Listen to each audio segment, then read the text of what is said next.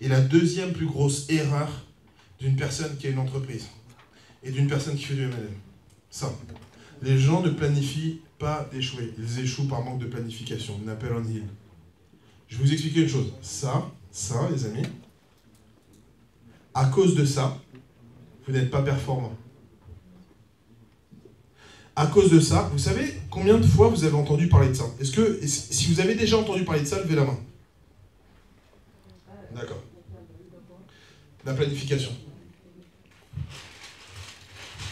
Je vais vous expliquer une chose, et l'erreur que font beaucoup de gens.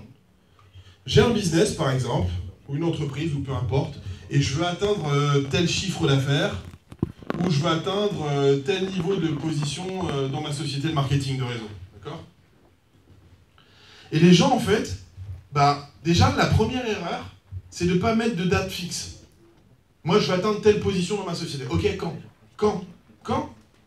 Parce que déjà, tu me dis tu vas atteindre, mais quand tu vas le faire? Parce que tant que tu ne mets pas de date, déjà, tu es un rêveur. Je te le dis, tu es un rêveur. J'aurais une Ferrari, ouais. J'aurais une Ferrari le 31 décembre 2018, c'est pas pareil. J'aurais peut-être pas le 31 décembre 2018. Mais je vais faire tous les jours quelque chose pour l'avoir le 31 décembre 2018. Si j'ai le 31 décembre 2020, je suis content ou pas? Ouais, je suis content, mais je l'ai. Par contre, l'autre, il continuera à dire non, mais moi, j'aurai une Ferrari. Donc le problème, c'est déjà, il faut savoir là où vous êtes aujourd'hui et qu'est-ce que vous devez faire en termes de chiffre d'affaires ou en termes de travail pour arriver là. Première question. Deuxième question, quand vous prenez le temps, imaginez, le temps, vous dites dans 6 mois, je veux telle position. Ou dans 6 mois, je veux que mon business, il ait tel chiffre d'affaires, par exemple. Ok? Il faut que vous divisiez ça exactement. On revient toujours à la même méthode dans tout ce que vous ferez dans votre vie.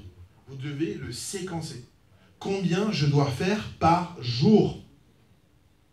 Si j'ai 6 mois, 6 mois, c'est combien de jours? 180. Allez, en 180 jours, chaque jour, combien je dois faire de chiffre d'affaires pour avoir mes 60 000 € ici? Je veux atteindre la position de, je sais pas, n'importe quelle position vous voulez atteindre dans votre MLM. C'est quoi les conditions qu'on vous demande? Le nombre de points ou le volume d'affaires? Ok, si tu le connais ici, et si tu sais ce qui te manque ici, eh ben tu divises ce qu'il te manque. Par exemple, ici, imaginons que tu sois à, on va dire, pour que ce soit plus simple, 10 000 € de chiffre d'affaires, tu veux monter à 60, il t'en manque 50 000. Tu divises par 180. Et tu sais exactement combien tu dois faire par jour. Dans cet exemple-là, quelqu'un peut prendre son téléphone pour juste le calculer. 50 000 divisé par 180. C'est le jeu du plus rapide. Là. 50 000 divisé par 180. Qui a dit 30 000?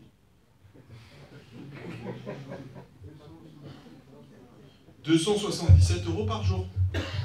Ah! Maintenant, tu te demandes si c'est vraiment réalisable déjà. Est-ce que l'objectif que tu t'es fixé, il est réalisable ou il était surréaliste? Ça, c'est déjà ça, c'est important dans votre business. Tu dois déjà savoir si déjà ce que tu veux faire, c'est réalisable ou pas. Ou tu es en train juste de te voiler la face. Comme beaucoup de gens. Et ça, c'est ce qui me gonfle dans le marketing de réseau. J'en ai ras-le-bol, moi, des gens comme ça. Moi, vous savez pourquoi aujourd'hui je coach? Parce que j'en ai marre des gens comme ça. Moi, j'en ai marre d'entendre des gens qui vont dire « Je vais atteindre telle position, j'aurai tel chiffre d'affaires. » Ah ouais, qu'est-ce que tu dois faire tous les jours pour le faire? J'en sais rien. Il te manque combien? Je sais pas. Mais c'est sûr que là, en février, je serai telle position. Là, en décembre. J'en ai ras-le-bol de ces gens-là. Parce que tu sais pourquoi j'en ai ras-le-bol? Parce que ces gens-là, ils sont remplis d'émotions positives et d'excitation. Ils vont foirer. Et après, ça sera ces mêmes personnes-là qui vont être négatifs. En disant « Ah, moi, j'ai pas réussi. » Mais comment tu veux réussir? T'es pas professionnel. T'es pas professionnel. J'avais un restaurant, je voulais un chiffre d'affaires par mois. Tu penses pas que j'ai calculé quel était le chiffre d'affaires journalier que je devais faire chaque jour quand je regardais la caisse tous les soirs? Et je disais, bon, là je suis à moins 300. Demain, il faut que je sois à plus 300. Donc il faut que je fasse tant. Et on se motive avec l'équipe. On vend plus de ça, on vend plus de vin, on vend plus de... C'est normal. Ça, c'est être professionnel. Ça, c'est avoir un business. C'est pas parce que tu fais du MLM qu'il faut le faire comme ça. Il faut le professionnaliser. Qu'est-ce qui te manque? Qu'est-ce que tu dois faire? Maintenant, si ça, c'est réalisable, fais-le. Si ce ne l'est pas, revois peut-être ton objectif alors. Revois ton objectif. Maintenant, ça, c'est une chose. Ça, c'est visé, d'accord? Tu le situes. Le problème, maintenant, c'est le planifier. Et ça, je vais vous dire un truc, et ce truc-là, si tu le comprends, ça va transformer vraiment beaucoup de choses. Ton vrai problème, c'est la régularité. T'es pas régulier. Dans tout ce que tu fais, t'es pas régulier. Avec le sport, t'es pas régulier. Tu dois arrêter de fumer, t'es pas régulier. Tu dois arrêter de manger des glaces le soir, t'es pas régulier. Tu dois manger bien, et tu t'es dit, je fais les salades et du poulet, et t'es pas régulier. Vrai ou faux? T'as trop l'habitude de pas être régulier. Et t'es pas régulier pour tout ce que tu fais dans ta vie. Par contre, les obligations, t'es régulier. Aller déposer mon fils à l'école, aller le chercher, ouais, j'ai pas le choix. Par contre, quand ça te concerne toi, tu te donnes le choix d'avoir le choix. Et c'est ça qui est dommage. Je vais te dire une chose. Imagine, moi ça me rend dingue ça. Par exemple, si vous êtes salarié dans cette salle, ok, vous êtes salarié. Je prends l'exemple des salariés, après je vais arriver au but de mon truc. T'es salarié, ok? T'es salarié, 8 heures par jour, ok, 8 heures par jour. Tu fais ça, c'est 8 heures par jour, non? 8 heures par jour qu'on travaille. D'accord, plus 1 heure de pause déjeuner. Ou c'est 8 heures avec la pause déjeuner, je sais plus. Hein? C'est avec. D'accord.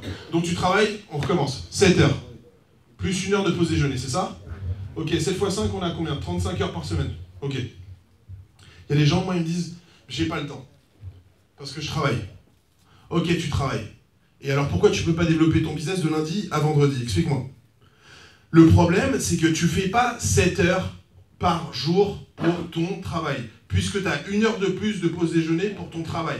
Puisque tu as 1 heure de transport le matin pour ton travail. Puisque tu as 1 heure sur le chemin du retour pour ton travail. Puisque si tu te lèves à 6h30 et que tu rentres à 19h30, c'est 13 heures de ta vie sur 24 heures que tu as considéré et consacré pour ton travail. Oui ou non? Oui. Donc on est bien loin de tes 8 heures puisqu'on parle de 13 heures. Le problème c'est que sur ce qui te reste, il te reste 11 heures. Et sur 11 heures, tu dors 8 heures. Il te reste 3 heures par jour pour faire quelque chose qui peut te rapporter quelque chose. Et il y a des gens qui passent 2 heures devant la télé par jour. Et ils me disent qu'ils veulent réussir. Et après quand je leur dis que j'ai pas de télé, ils comprennent pas. Qu'est-ce que je vais foutre devant la télé? Non mais sérieux. Maintenant imagine que tu as quand même envie de regarder la télé. Ouais, parce que tu veux t'accorder un divertissement. Je dis pas que c'est mal. Mais ce que je dis à ce moment-là, c'est que si tes 3 heures, elles sont occupées par tes divertissements et ton sport, réinvestis dans ces 13 heures-là que tu donnes. Qu'est-ce que ça veut dire? Ça veut dire que sur ces 13 heures-là, puisque tu passes 1 heure dans les transports, surtout sur Paris, tu fais aller 1 heure le matin, plus 1 heure le soir, tu es déjà à 2 heures. Qu'est-ce que tu fais pendant ces 2 heures dans les transports? Tu écoutes de la musique? Qu'est-ce que tu fais qui t'apporte de l'argent? La musique? Lire le journal? Aller sur Facebook? Que dalle. Non, ce que tu devrais faire de ce temps-là que tu consacres pour aller au travail, tu devrais l'investir pour ton enrichissement personnel. Tu devrais écouter quelque chose qui te rend plus intelligent à la fin de la journée.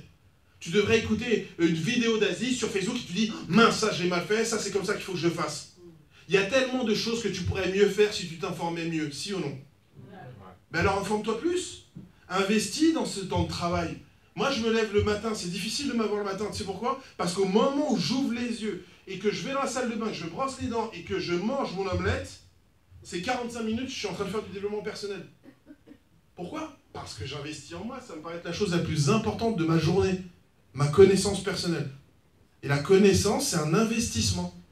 Donc maintenant, de ce temps-là que tu as, quand tu me dis, moi je te demande juste de faire 30 minutes par jour. Si tu fais du MLM, par exemple, fais juste 30 minutes par jour. Maintenant, si tu as une entreprise et que c'est ton entreprise et que tu vis de ton entreprise, là c'est beaucoup plus que ça. Mais pour les gens qui font du temps partiel, fais 30 minutes par jour. 30 minutes par jour. C'est quoi 30 minutes par jour? Bah 30 minutes par jour, tu envoies 5 SMS par exemple, pour renouer le contact avec quelqu'un. Tu peux faire 2 appels par exemple, par rapport à ton business. Tu peux essayer de faire un client par exemple. Et quand tu fais 30 minutes par jour, bah à la fin du mois, tu as essayé de faire 30 clients. Tu as fait 60 appels pour présenter ton business. Et tu as envoyé 150 SMS à des gens pour